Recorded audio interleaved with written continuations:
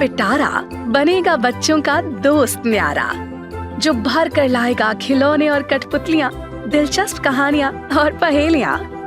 Poster होंगी किताबें और होगा साहित्य ढेर सारा। फ्लैश कार्ड और खेल भी होंगे। शिक्षकों के लिए कुछ दिशा निर्देश भी होंगे। खेल खेल में ही होंगी अब बातें प्यारी प्यारी। ऐसे होगी नन्हे मुन्नों के भविष्य की भी तैयारी। प्रधानमंत्री श्री नरेंद्र मोदी जी के दूरदर्शी विजन और सक्षम नेतृत्व में भारत के इतिहास में पहली बार 3 से 8 वर्ष तक की आयु के बच्चों की शिक्षा के शुरुआती चरण के लिए नेशनल करिकुलम फ्रेमवर्क 2022 की रूपरेखा की गई विकसित, जो जोर देता है खेल और कहानी आधारित शिक्षा पर, और वो भी अपनी मातृभाषा में। प्रारंभिक भाषा का ज्ञान, संख्या का ज्ञान, बच्चों में सामान्य लेख को पढ़ने और समझने की क्षमता का विकास, ये बहुत आवश्यक होता है। छोटे बच्चों की कक्षाएं जीवंत और जीवन से भरपूर होनी चाहिए, क्योंकि उनके मस्तिष्क में ढेर सारे सवाल उमड़ते घुमड़ते रहते हैं।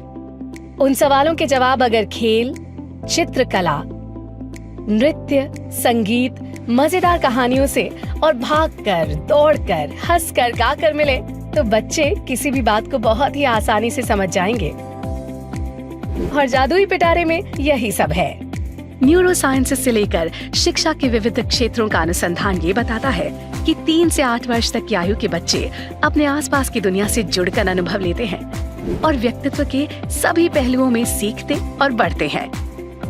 खेल आधारित शिक्षा बच्चे के समग्र विकास के सभी 5 आयामों जैसे शारीरिक, सामाजिक, भावनात्मक और नैतिक, संज्ञानात्मक, भाषा और साक्षरता और सौंदर्य बोध और सांस्कृतिक विकास में महत्वपूर्ण भूमिका निभाती है और सीखने की सकारात्मक आदतों के विकास में भी योगदान देती है।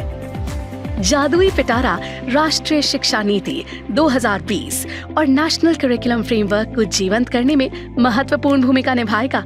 ये बच्चों की शिक्षा व्यवस्था को खेल की पाठशाला में बदलकर एक विराट बदलाव लाएगा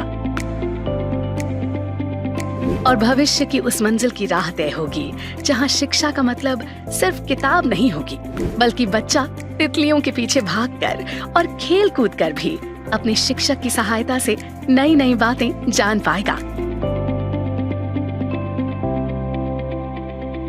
आइए आज इस पिटारे को खोलते हैं और देखते हैं इसकी मस्ती के रंग।